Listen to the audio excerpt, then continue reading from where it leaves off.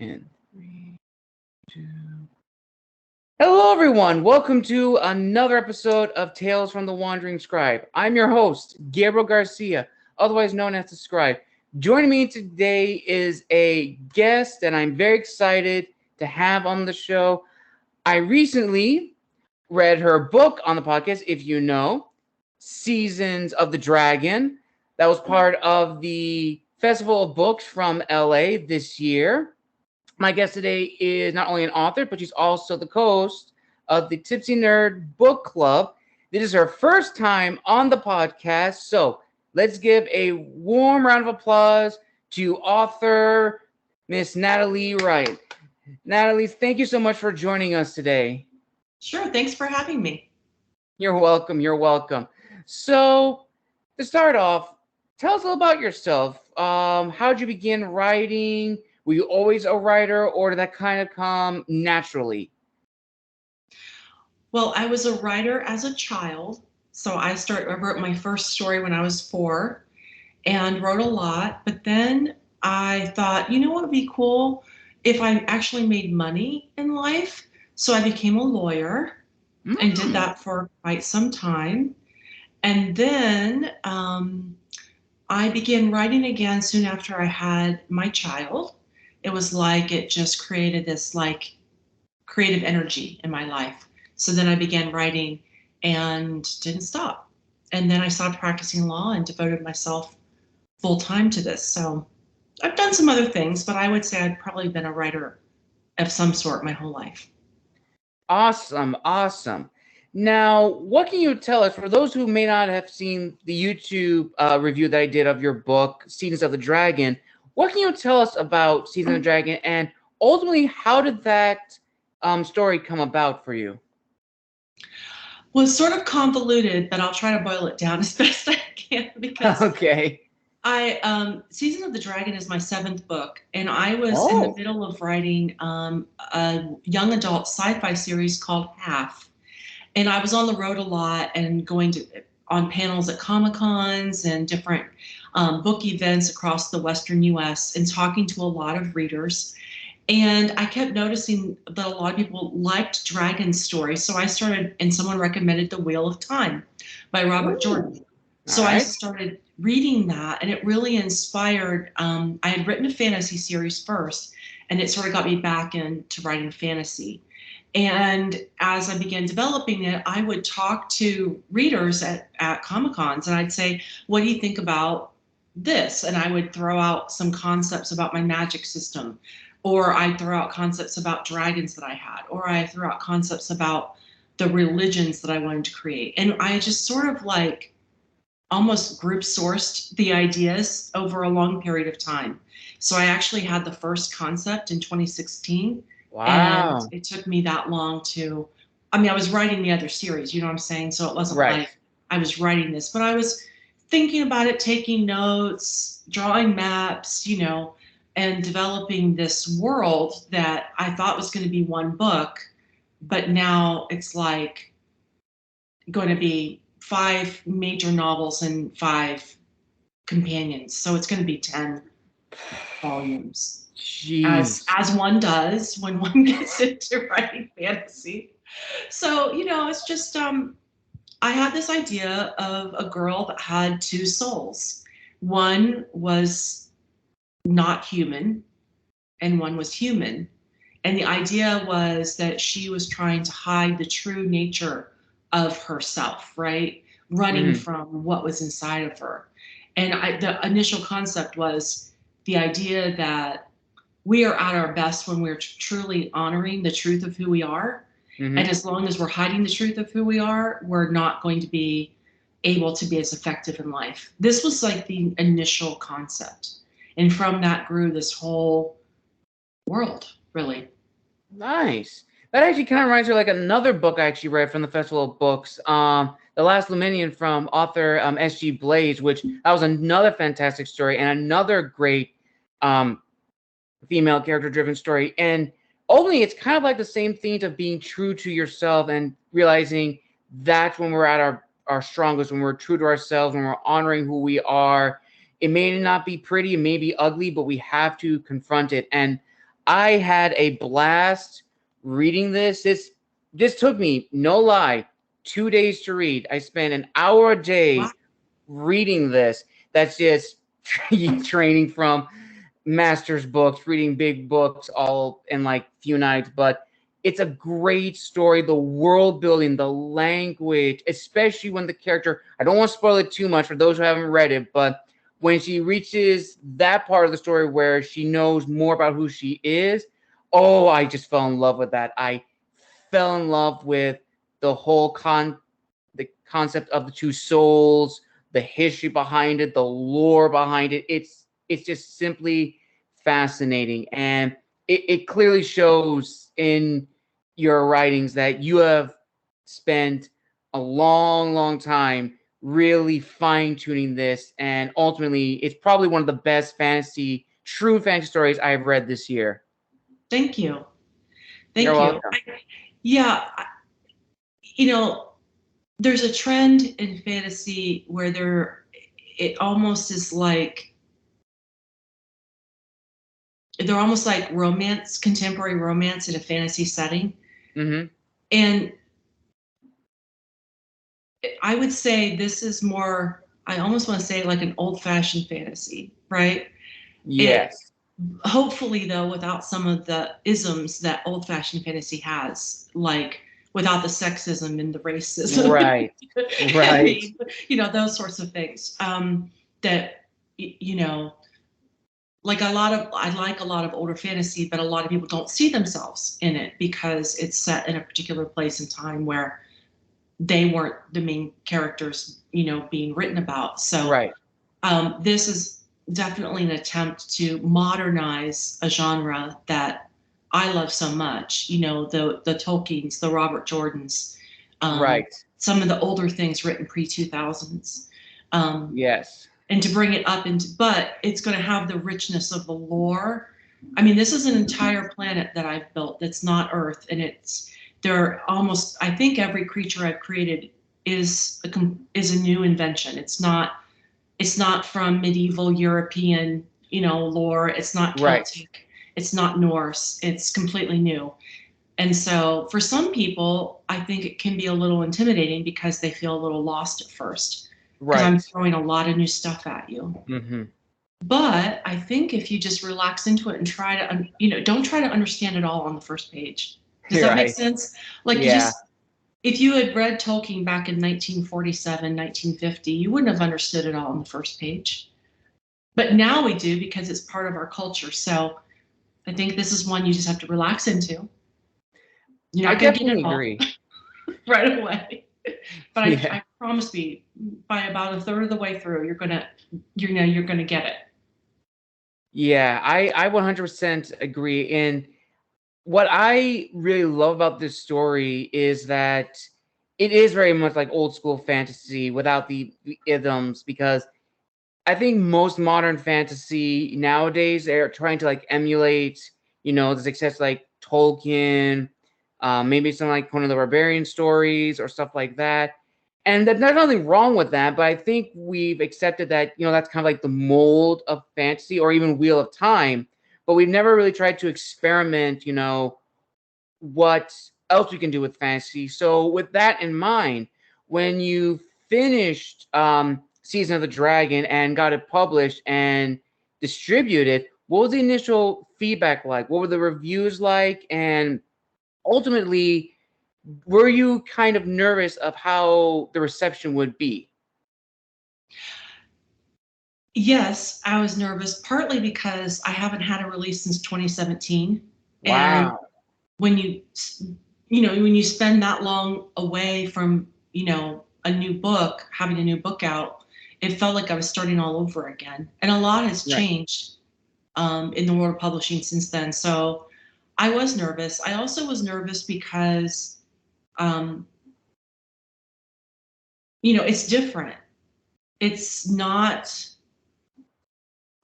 it's not a carbon copy of something else. It's not like a Katniss Everdeen, Divergent mashup. It's, what I mean? It's Right. not readily relatable in that sort of way because I'm creating a new environment. Right. So I was a little nervous, but the initial reception, so I started getting early reviews, and Publishers Weekly's Book Life chose it as an editor's pick. Kirkus gave it a good review.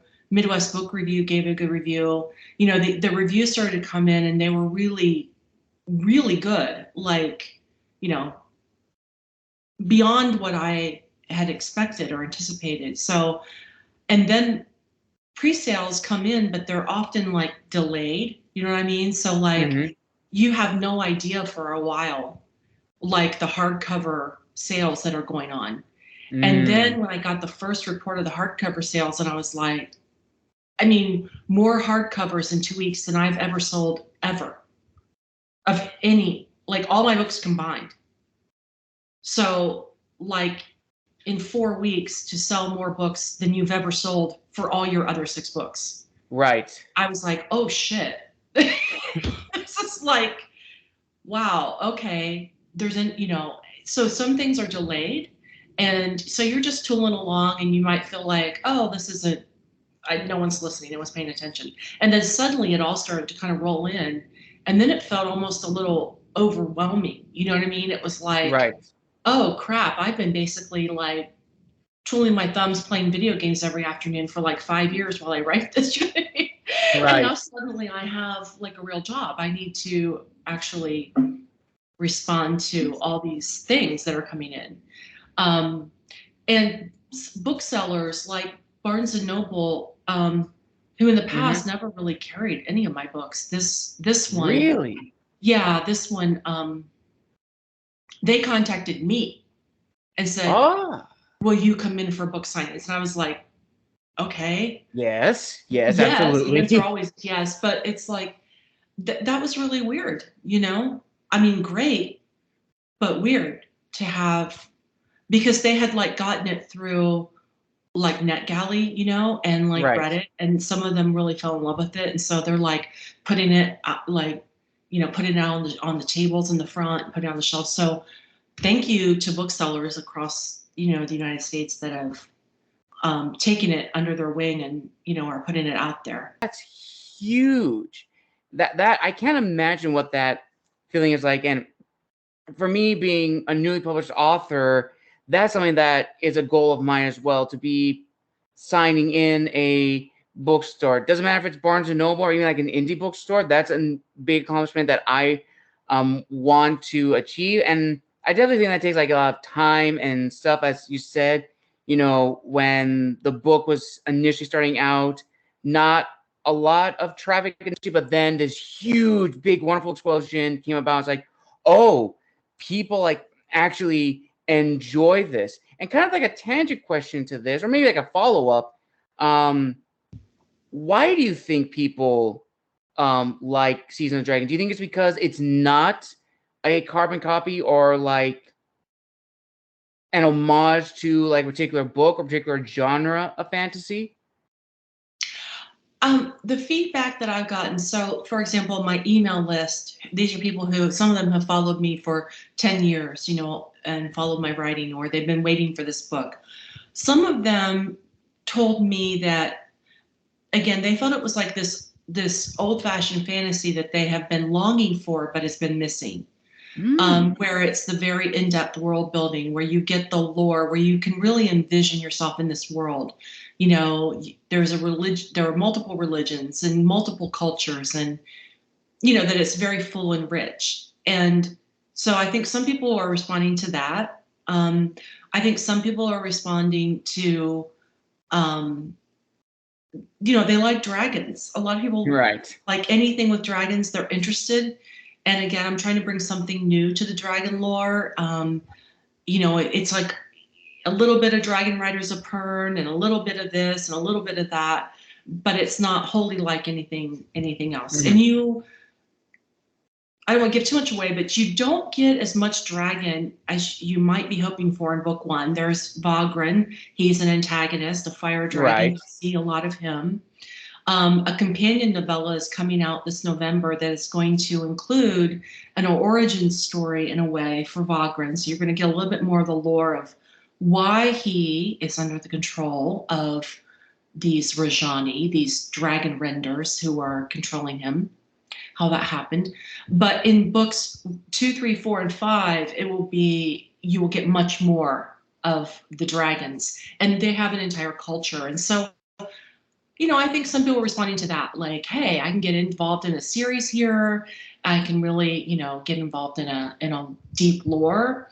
I don't know. And then I think a lot of people like Gwen, the main character. I mean, I worked really hard to make her relatable, to make her likable. She's not perfect. She's got her flaws, and hopefully they're, relatable flaws that people can relate to, feeling like they're the outsider, or they can relate to feeling like they don't fit in, or they're trying really hard but they've got issues or whatever. But I think Gwen is relatable. She tries to do the right thing. She loves her family and her friends dearly, and is willing to make sacrifices to protect them. Definitely. And yeah, without giving too much away to listeners, I mean, Gwen definitely has all those traits I think a lot of us like in a main character, especially one that is going through their own, the hero journey is probably the most iconic thing in all stories, is the hero journey. And Gwen definitely goes through a very extraneous hero's journey, especially the later part of the book. Again, don't want to spoil it because it's a great piece of the story. And so when you were kind of like a backtrack, when you were initially planning this out, as you mentioned before about there not being like this old school fantasy in the works of like fiction now, did you initially want to write Season of the Dragon for yourself as a book you would want to read? Or did you write this in mind for other people like yourself who are missing this genre? Well, all of my stories are written for me initially. So I have questions I'm noodling on, thoughts I want to explore, personal hurdles I'm trying to, get over. And so it's not always conscious, but on a subconscious level, there's something I need to work out.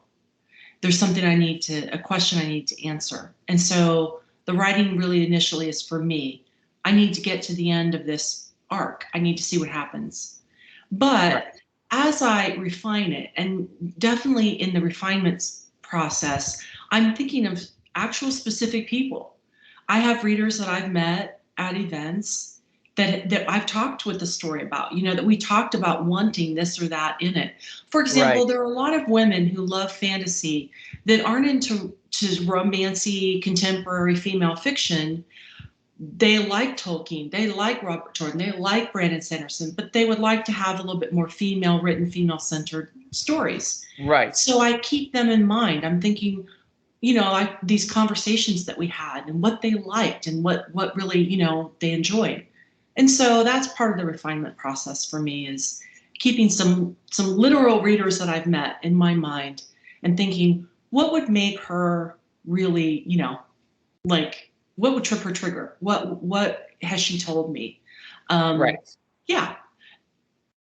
Nice. And another thing important thing too, especially talking with a lot of other authors on this question, because I think it's a very important question, is the initial writing process for like a book, like the first draft. It's not always going to be the same one. So I can imagine, and you maybe have some thoughts on this, that your initial idea of Gwen and her world may have changed over a series of revisions, and maybe a drastic contrast to how you initially plan a character. But I also think that's important for the writing process, is it has to evolve, it has to adapt, because it's not going to be the same thing. Like Tolkien, the author made Dune, those probably weren't like first draft stories. Those are like series of drafts that had to be revised.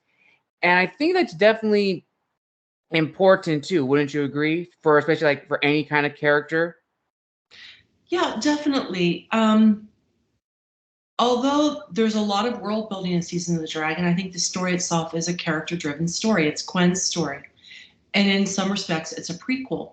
We need to know what happens to Gwen before we can, in a way, kind of dig into this really massive world. So through Gwen's eyes, the reader is introduced to a lot of things that are just touched on in a way in book 1 that you'll see expanded significantly over the series of the books. But in terms of Quinn's arc, I will tell you that the very last chapter of the book I wrote 7 years ago. Wow. So I know where I'm going. I know the end generally. And then the beginning, in terms of developing Quinn as a character, I took a course that was called the Pixar Emotional Core from one of the writers for Pixar. I can't think of his name right now, but I took this through Screenwriters University. And I did this, and I also did a week-long workshop with a screenwriter in Santa Monica. And we workshopped this story. And so part of what helped me develop Quinn's story and the different hurdles she needs to jump through was to work on, really developing her, what's called the emotional core of the story, right? The what it's about. So this was an important piece. And the world building, while I had the planet and a lot of ideas in mind, a lot of world building I do as I go because I don't need to, like some stories, fantasy stories can be overly wrought in the world building because the writer spent 5 years writing 14 notebooks and playing their world and D&D campaigns. And then there's no character development. But it's my view that we read stories because we want to experience life and we root for characters, not worlds generally. Right? So all the world building in the world doesn't matter. And I do have 14 notebooks, by the way, but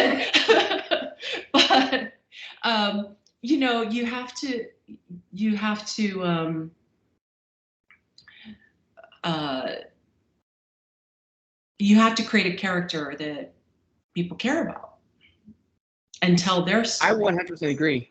Another important question I do want to ask, and I think it's the most important one, is you mentioned before in the beginning that this is your 7th story, your 7th novel that you've written.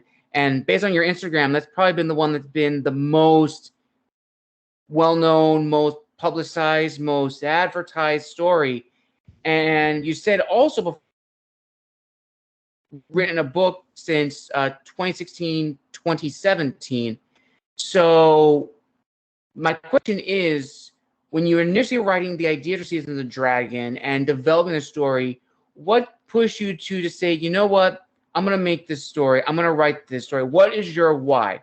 Because I asked this question because a lot of authors who have given me their response, they always say there was like a time that they wanted to like take a break. They didn't want to write anymore, or something came up. But for you, Miss Natalie, what is your why? What pushed you to make Season of the Dragon and now develop the world even more? I think it's because it just won't let me go. And so I work in both sci-fi and fantasy. And this one is just one that, I start dreaming about it if I'm not writing it, so I don't know. I started my first story I self-published in 2011, and it actually has been read over 2 million times. So, I mean, the other stories had some amount of success, but this one I think has captured the attention. But part of it is just you get better at it.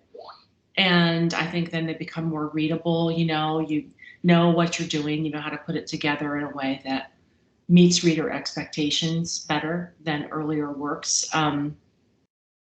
But yeah, for me, I keep writing because if I take a hiatus, eventually, I don't know, the voices in there of the characters, just are still talking to me and I'm still thinking about it. And then suddenly I'm like, I find myself with a notebook and I'm taking notes, or someone's talking to me and I'm like spacing because I'm thinking about, what's going to happen in the scene. And then I'm like, okay, I need to get back into this. So I guess that's why I keep writing, because it's sort of like won't let me not write. The stories just won't go away. So I write them down. And then once now I'm like, I want to see what happens, because I have like an overall idea of the arc, but I don't know specifically how it's going to go. So I'm curious. And so I just keep writing it, see what's going to happen next. That's honestly how I feel as well. When I started writing The Gathering, I initially wrote that just like a one-off story. but I was so in love with the world that I created, I wanted to explore more. And then I opened up what if stories for a separate series with the main characters. And I was like, okay, I got to keep going because I love this world. And now I have like 3 main books in the series. I have The Gathering, I have the prequel to The Gathering, and then I have the 3rd book, which is The End. But then I have the What If series, which are non-canon to the story. And then I have 3 companion novels tied to the main story that lead up to the final book. So ultimately, I have 1, 2, 3, 4, 5, 6, 7, 8, 9, 10, just like you. And Yeah. it's kind of intimidating to think of like, oh my gosh, how am I going to write all of this? How am I going to get everything down on paper? And I think the most important thing is just take it one book at a time. Just get that idea down and just see what happens. As long as you have the initial plan of what's going to look like, you just need to fill in the gaps. And I honestly think that's important. And plus, I also like to read a lot of other books to see how they do the same thing. And I also think that's also important too in the writing process is seeing how our peers and the other authors we like, how they write, which then leads into another question I'd like to ask you. One of my fun ones is, who have been your inspirations in terms of like authors? What books have really helped you develop your own writing style, your writer's voice? Yeah, I would say early on when I was a young person, young child, little one, some people were reading novels, from a young age, but I actually read a lot of comic books. Ooh, And okay. I would sit with my teenage brother on his, I would sit on his bedroom floor. He was on his bed and I was reading, his comic books, except for the ones that were like, there were some that he wouldn't let me touch because they were like collectors, but I read comic books. And then I loved Twilight Zone and Star Trek. Those were my Ooh, jams okay. as a kid. So, the old with Kirk and Spock and those, so I didn't really like to read as much. And I think it was because when I was growing up, if you were a girl, especially in a rural area where I lived, they're like, okay, you've got to read Judy Blume and like these sorts of stories. And not that there's anything wrong with Judy Blume, it just wasn't my jam. I was Right. like to Star Trek and Star Wars when that came around. So someone handed me Madeleine L'Engle's Wrinkle in Time. And Ooh, once I got that sci-fi fantasy kind of like reading bug, then it was like, oh, okay, this is the kind of story, that I like. And right. then I could kind of, gravitate to that. So that's like early influence. But in terms of like, since I began writing, I just find that fantasy and sci-fi is what I like to read the most. And then once I read The Song of Ice and Fire by George R. R. Martin, it changed me like as a writer. I was like literally in the middle of a first draft of a book and just pitched the entire thing into the trash and started over once I read Right. that because it just sort of like changed my writer DNA. And then when I got my hands on Wheel of Time, that again, I think sort of influenced me to think much broader and wider in terms of my world building and Mm-hmm. that I could build a secondary world. I didn't have to set my stories on Earth or have any Earth cultures as my prime, like a lot of Right. people would say, okay, it's Norse, and then it's just a Norse rehash, which is fine. But like Wheel of Time isn't that. Wheel of Time is really an integration of a lot of things. So it's not any one thing, if that makes sense. Mm-hmm. So that really influenced me to do the same. Yeah. Nice. Yeah, that for me, I actually wasn't big into fantasy until I read Redwall by Brian Jacques. Kid Game of Thrones, I always like to jokingly say, but it actually kind of is Kid Game of Thrones before you read the actual Game of Thrones by George R. R. Martin. And I was so amazed by the world building he created because it's all animals. There's no humans. And I was amazed of how the author was not only to make 22 books in this world about animal warriors, but have it be engaging and the world, it was incredible. That made a huge imprint on me. And as I grew older, I then began reading more historical fiction like Bernard Cromwell, Alan Smale, Con Ingledon, Vallejo Manfredi, which that really developed my writer's voice. And for me, the genres that I like to write in are fantasy, sci-fi, and historical fiction. And I kind of like to blend those together because I find them very, very fascinating. And it's just really creative, like what you can do in those different groups. Because as you said, yes, with fantasy, nothing's anything wrong with, fantasizing Norse, Celtic, Chinese, Japanese, Indian, or English mythology.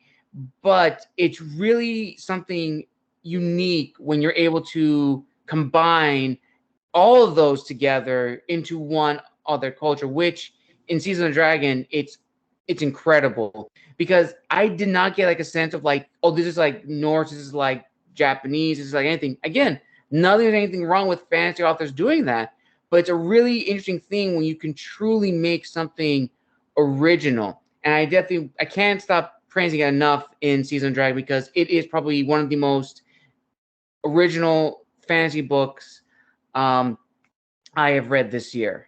Thank you. Thank you. You're welcome.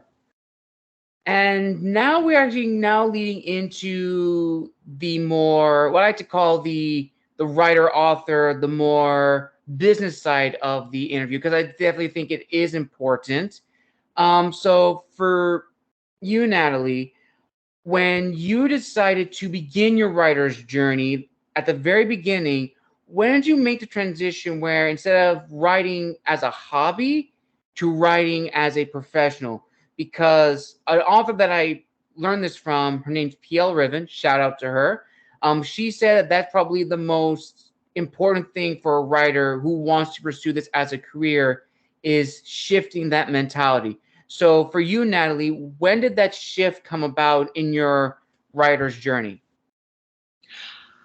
Oh, I don't know exactly. It's weird. I guess my first story, Emily's House, came to me in vision and dream. And I wasn't a writer, but I was curious about why I was having these dreams about this story. So I began writing it. And there's a lot of magic that happened with that story that I won't go into because it's very long and I've written and talked about it a lot other places. But I guess I just sort of had the sense that what I was writing might be interesting or helpful to some other people. Again, like because it's character driven, whatever that character was going through, maybe other people could benefit from taking that ride, taking that journey with that character. I was already an entrepreneur because I had my own law practice and I'd been doing that for a long time. So I guess I just have this entrepreneurial spirit that I've always had. And so I just set out to do that. I also started self-publishing in the wild west of self-publishing that was 2010, 2011, when people like Amanda Hawking, Barry Eisler, Joe Conrath, and Hugh Howey were making a big splash. They were in the news a lot, getting six-figure publishing deals. Amanda Hawking being the first one to sell 1 million Kindle books of anyone, not just self-published, but anybody. This was all going on at the time that I was thinking about, publishing. And I knew that book wasn't going to get a publishing contract for many reasons. I had some, like agent publisher friends, and I just knew it wasn't going to get that. So I just went straight to self-publishing. I didn't even attempt to get an agent.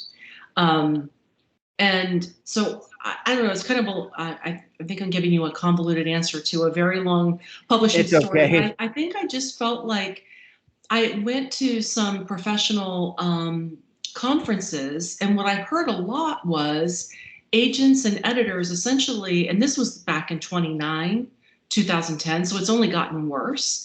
Essentially sitting on the dais, like at a conference, and all the writers are in the audience and they're up there on the platform telling us that, well, you need to get an editor to edit your work because we don't have the resources to really edit you. It needs to come in really polished.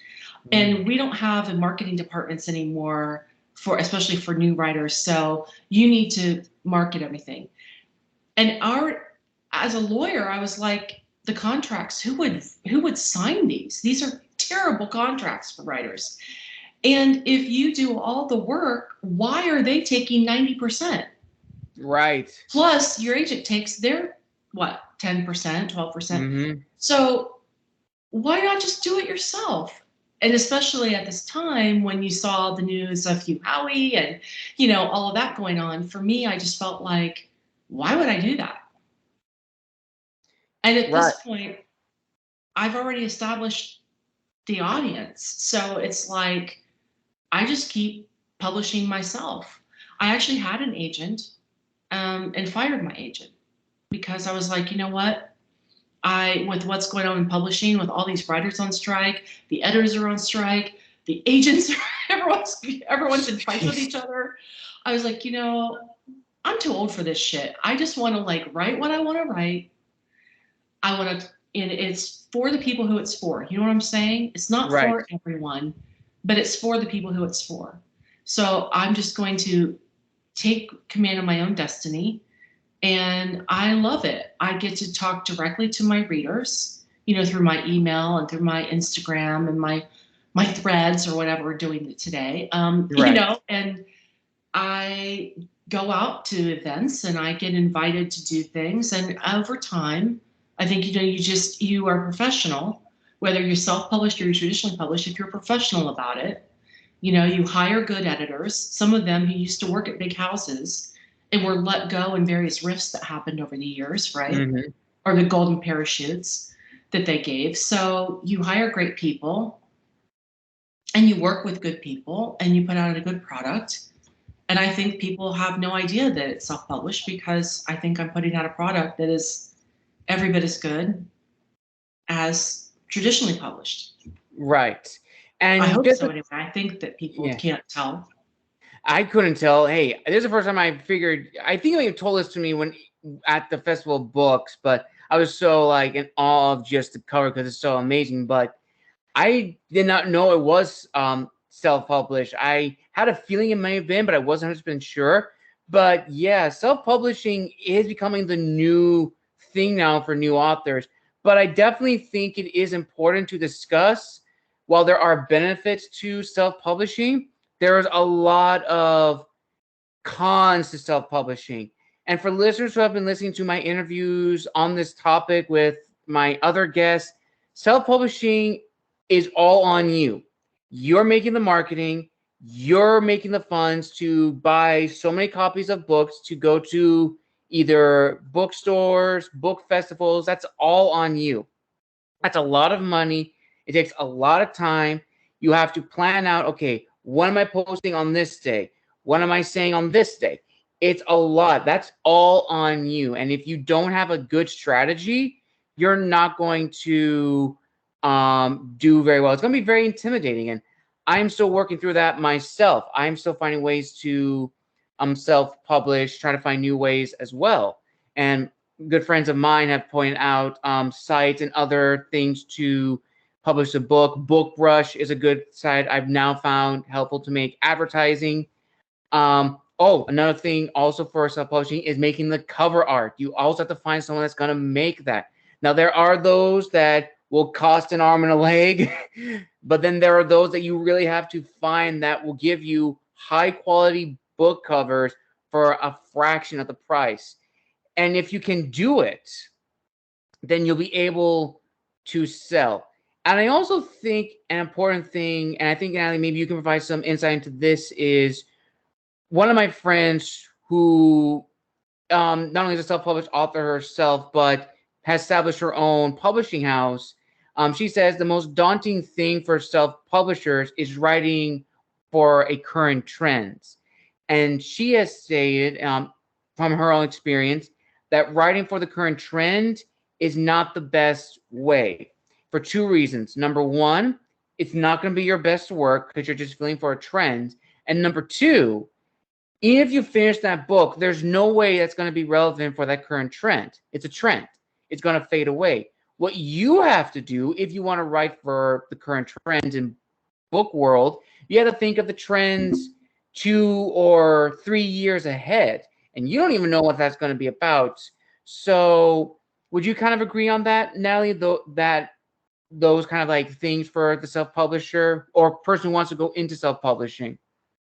Yeah, I think there's a lot to say on this, but let me boil it down if I can. There are some people that are very prolific. They can write extremely quickly. Mm-hmm. And if you happen to be that kind of person that you can literally write a first draft in like 4 weeks, you can polish it in a couple more, and you can put out something that is a readable quality, a consistent readable quality in 4 to 6 weeks and put out like 6 books a year. I know people like that or more. You can actually make a good amount of money. Right. And in a genre like sci-fi, like space opera, and a romance, mystery, and thrillers. These are 3 categories that, like, if you write mysteries or thrillers, space opera, or romance, contemporary romance, I don't see any reason why you should have a publisher. I think it's completely pointless because those genres are dominated by self-publishing at this point, and they have a cadre of readers. Romance is the biggest category, and if you can write that stuff, if you can consistently put out that quality, go for it. Absolutely go for it. And you can write to trend if you want to, because you can get them out quickly enough to be in trend. Right. For people like me who take 7 years to develop a world, that's just not the kind of stuff that I want to write. I've tried. I can't. It's a skill that I don't have. Right. So people who do, kudos, good on you. Like, go for it. I don't have that. Right. So because I don't have that, there's no point in writing to a trend. Absolutely, it's going to be gone. And so I'm writing more like what I hope to be more in the timeless category, right? So stories that aren't really specific to a genre, a time, a trend, that you could probably pick up hopefully in 20 years and it's still, relevant and isn't really set in a particular moment. But the reading world is vast and the world is huge. And so I think there's a place for every kind. But like you said, self-publishing is not for everyone. If you do not have an entrepreneurial spirit, if you are afraid to speak up for yourself, if you're afraid to create your own social media and go talk to readers, it may not be for you. If you don't have a budget that you can set aside where you can start saving, for investment in yourself, because it is an investment in yourself, and you can do it for a budgetary amount that's smaller than, say, an established author, right? If you've gotten some books out and they've made some money, then you have a little bit more money to spend. But you can find editors and cover artists for lower cost, but you are going to have to invest something. You can't just write your story in your MacBook or your laptop and upload it with a cover you created and expect it to sell well. Generally, that's not what happens. No. You have to be willing to invest some money. So, and I think for all authors, the idea, the day of an author sitting, Hemingway smoking his pipe, sitting in a cafe writing, and then giving his book, his manuscript from a typewriter to a publisher and saying, here you go, and publisher publishing it, putting it out, and Hemingway's, on his boat in the Atlantic smoking his pipe, doesn't give a shit, and he's selling books. That is not at all what happens for any author, regardless of how it's published. Those days are gone. Every author, if they want to sell books, has to be willing to talk to readers and be on social media, be out in the public, period. If you're not, you're probably not going to make it. And that's just a cold, hard reality. It is. You have to pull the extrovert out of your introverted self and at least fake it. Fake it till you make it. Right. I 100% agree. For my book, The Gathering, took me 5 years. Almost all of those are still during my master's education. And even then, I had to get that edited by a friend of mine who is an author. And I've trusted her work for a long time, for now 3 years. She's one of my closest confidants, and I trust her more than anyone when it comes to my work.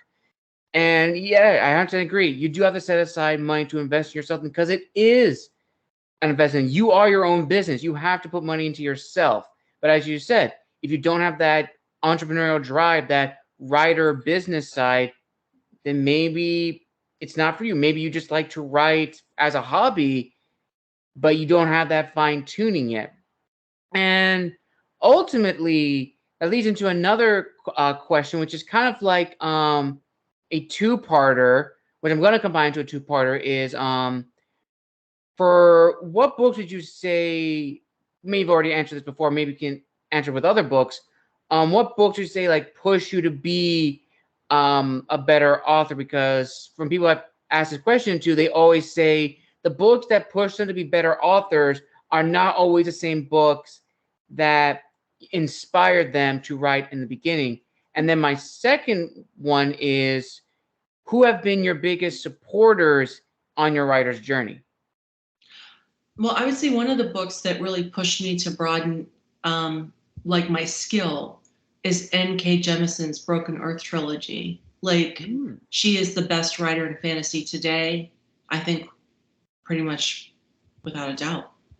And so her skill level is so high that you read her. I mean, I read her first book in that series and was just like, okay, I'm not worthy. Anything I say, it pales. It's just like, okay, well, no one should ever write again. This is it. But it's good when you read someone who's so skilled that you like, okay, this pushes me to want to be better and to work on my craft. And there are so many craft books out there, and I've read a lot of them. And so those definitely help push you. In terms of support of my writing and my writing career, my husband and my son are huge supports. They bounce a lot of ideas. I get to, bore them with ideas. My husband has this, like, if I say something, he kind of goes, he's like literally falling asleep. I'm like, okay, that's not good. But that's good, and they always support me 100%. And then my podcast partner Robin Dabney, her new book Ascendature will come out next year. I'm so excited for that. But together with her, certainly, we're in the trenches together, so it's someone that we can hold each other's hand, drink a glass of wine together, and cry. All of the agent stuff, the editor stuff, the social media, the selling, the writing, all of it, every piece, we're there together for it. So that's helpful to have someone that you're in the trenches with. I 100% agree. And for myself, that's, as I said, my friend Kim, shout out to her. She was actually my first guest on this series of mine on YouTube. And then on Anchor for Spotify, she was also my first guest. And when I read her story, The Silent Witness, she's a big fan of Game of Thrones, Lord of the Rings, C.S. Lewis's Chronicles of Narnia. I kid you not, her first novel, it reads like something one of those authors would make. Her own maps, her own language that she developed that took almost 8 years.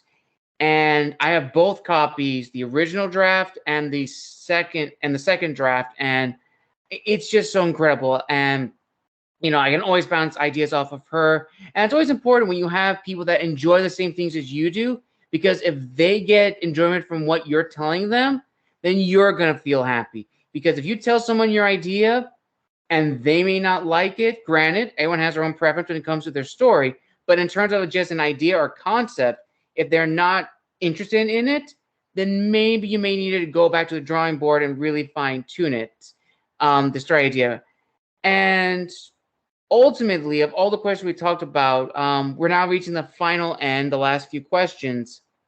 One big question I do want to ask you, Natalie, is have you ever gotten a sense of validation from, your fellow authors and either the sci-fi fantasy communities or just in the writing world general saying, this is where you belong, we love your work here? Or do you think authors should not strive for validation, saying, it's nice I'm getting, recognition, or not recognition, but just, these other experienced authors are looking at my work and, giving me, feedback, but I didn't necessarily write or begin this writer's journey to just be validated, Yeah. Well, ideally, we shouldn't seek validation in a way, right? Mm-hmm. Either good or bad, either side can F you up as a creative. If you begin believing too much hype, you might lose track or sight of yourself. But Right. the corollary to that is, if you start believing the negative critique, like there's one woman who gave my story a kind of negative review straight away within the first couple of weeks, and Really? she didn't say she didn't recommend it, but she was hoping for more dragon sex.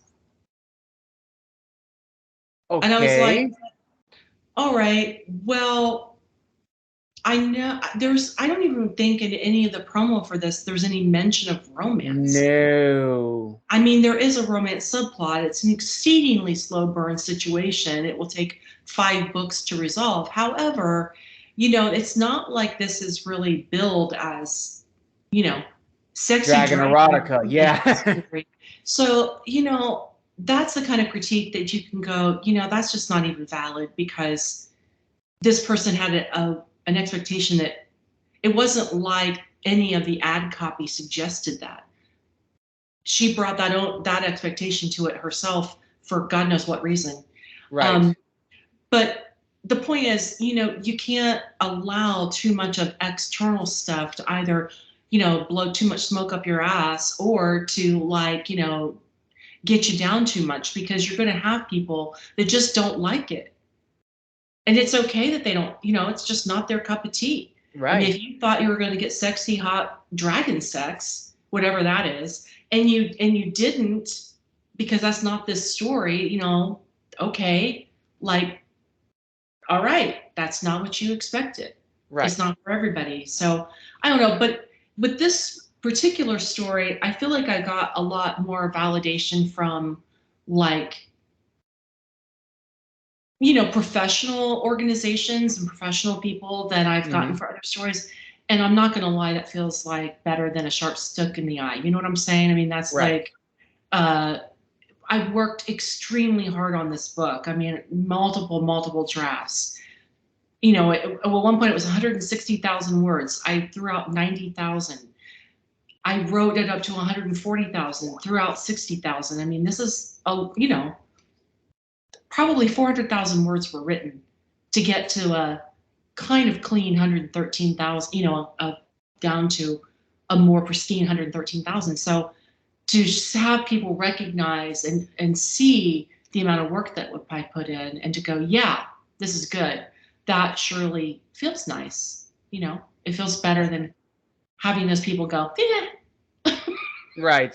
Which I've gotten. Yeah. So, that's never fun. Or, well, it looks like you had fun writing this. Oh, it looks like you really had fun out there. And it's like, oh, yeah. That's never. Yeah, that it's like, well, thank you, question mark. Yeah, one of my first stories, I went to a conference and an agent, that was just like, I bet you really had fun writing this. And I walked out because I was so naive. I'm like, oh yeah, yeah. And then later I thought about it and I was like, was she being condescending? That wasn't a compliment.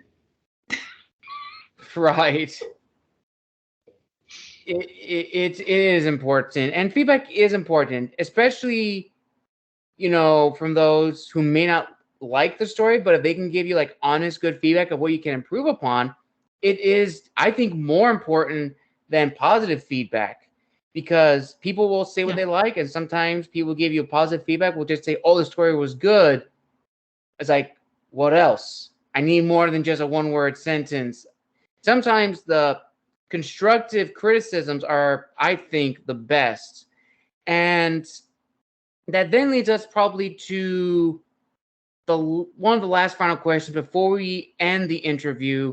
So, Natalie, throughout this session, you provided a lot of great information, for young authors out there, is there anything else that you want to give? What's your one piece of wisdom or just something you'd want to tell to any listeners out there who want to become writers or are writers right now, but kind of having a writer's block?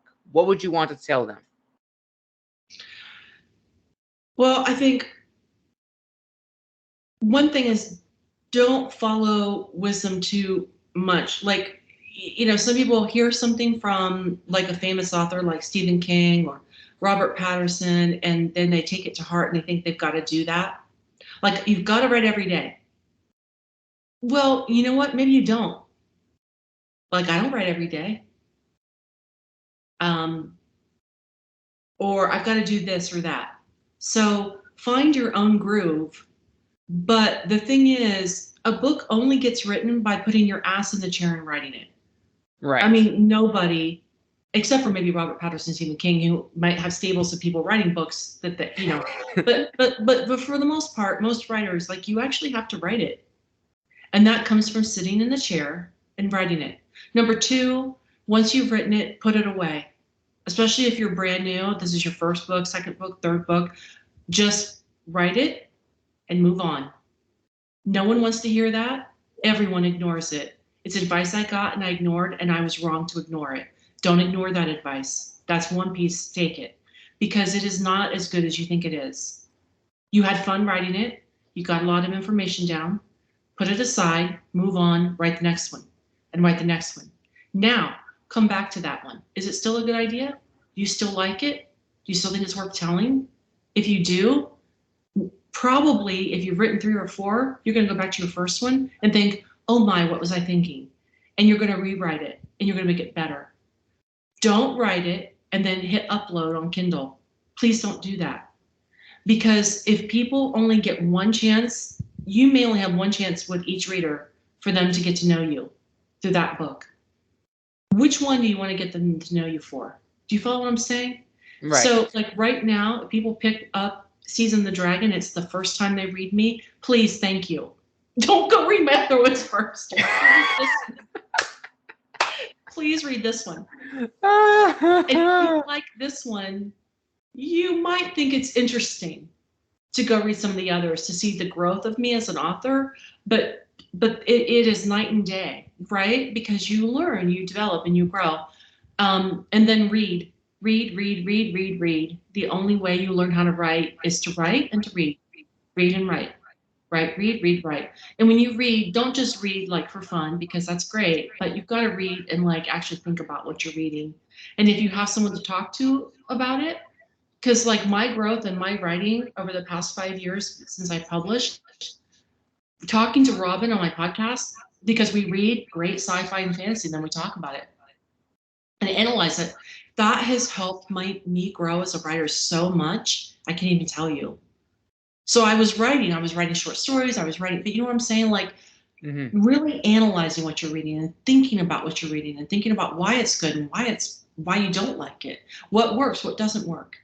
All of that helps develop you as a writer almost as, or maybe more than writing. So, find your own groove, do it often, and just keep doing it. And for most writers don't want to hear this, but it really takes generally somewhere between 5 and 8 novels to really find your groove as a novelist. It's not to say that the first ones are bad, and some people hit it out of the park and are very lucky. But most of the time, the ones that people, like, you'll hear like it's their debut novel. Yeah, it's their debut novel that was published. It's not the debut novel they wrote. Most writers write multiple things before they, get published. And this is my 7th novel, and you can tell compared to my first one that it's just night and day. So I honestly, that was probably some of the best advice I've heard on this podcast. You probably gave some the best advice I've ever heard, especially the one you said is, maybe you had fun writing it, put aside. It's not going to be perfect. If it is, kudos, but put it aside. Look at it another time with a fresh brain. Let it relax. It's important because you really consider if you made a plan to say, okay, I'm going to spend 8 hours a day, 7 days a week writing. That's 8 hours of your life you're putting aside to write. And when you're finished, your mind's completely done. It needs a vacation. Don't upload it. Take a break and look at it with fresh eyes. And even if you still like it, give it to someone else. But I would also say, also give it to somebody that is someone that you would not write for. Because generally, they're going to look at something that someone who likes that genre is going to notice things or point out some things that you want to consider. And I definitely think that is important among everything you said, Natalie, which is true. I would also like to add what you said about finding your groove. Sometimes it may be the eighth novel that you probably get people saying, oh, he's written other stuff. Let's see what he has. It may not be your first one. Maybe like your eighth, your 10th, maybe even your 20th. And I think it's important for authors to realize that may happen. But if it does happen, you have a now big fan base for people to read your other works. So you have to look at the big picture. Yeah. Yeah. It's about quality, but also quantity. Yes. I mean, the more you can get out and get written, the easier it is to build your audience. 100%. 100%. And with that, listeners, we conclude this wonderful interview. Now, before we officially end, Natalie, where can people find and engage with you to learn more about Seeds of the Dragon and other works of yours, as well as your podcast? Yeah, well, my website is nataliewrightauthor.com. So that's a good place to start. I am most active socially on Instagram and now Threads. So I'm hanging out there. I'm also on TikTok, and pretty much everywhere it's Natalie Wright Author. So I'm pretty easy to find. And if you go to Amazon or to Barnes & Noble, if you just search my name, my books will come up. But on my website probably is the best place. And then the podcast, if you're a sci-fi and fantasy nerd and you love to hear other people get drunk and talk about books, the Tipsy Nerds Book Club podcast, we've been doing it since 2019. And our new season will start in September. And we're going to have Tracy Wolf and Nina Croft, who are the authors of Starbringer, a new book that's going to be hot. And Gareth Powell will be on our show. So we'll, Hugh Howey's a past guest. We have author guests and we talk about both old school and new sci-fi and fantasy. And we drink a cocktail themed to the book while we're talking with our guests, and they're drinking it too. And so, it's fun. Oh my gosh, I love it. I love it. Well, listeners, I will link all of that below, as well as where to purchase the book. And I'll also link below the official impressions review I did of Season of the Dragon on this YouTube channel. If you want to check it out there, make sure to listen to it. It's actually really good. And also a little self-promotion. Please make sure to check out The Gathering. It is available on Barnes & Noble. And be on the lookout for the novel coming soon of the What If series, Aminus, Son of Persia, which is up on my YouTube channel. Well, listeners, I hope you enjoyed this wonderful and very, very informative. I say that a lot, but this one truly was a very informative episode. I want to thank our guest, Miss Natalie Wright, for joining us today and telling us about her author journey, Season of the Dragon, and what she has learned in her experience as an author. Natalie, thank you so much for joining us today, and thank you for being an amazing guest. Thank you for having me. You're welcome. And this has been Tales from the Wandering Scribes author interview. I'm your host, Gabriel Garcia, the Wandering Scribe, signing out.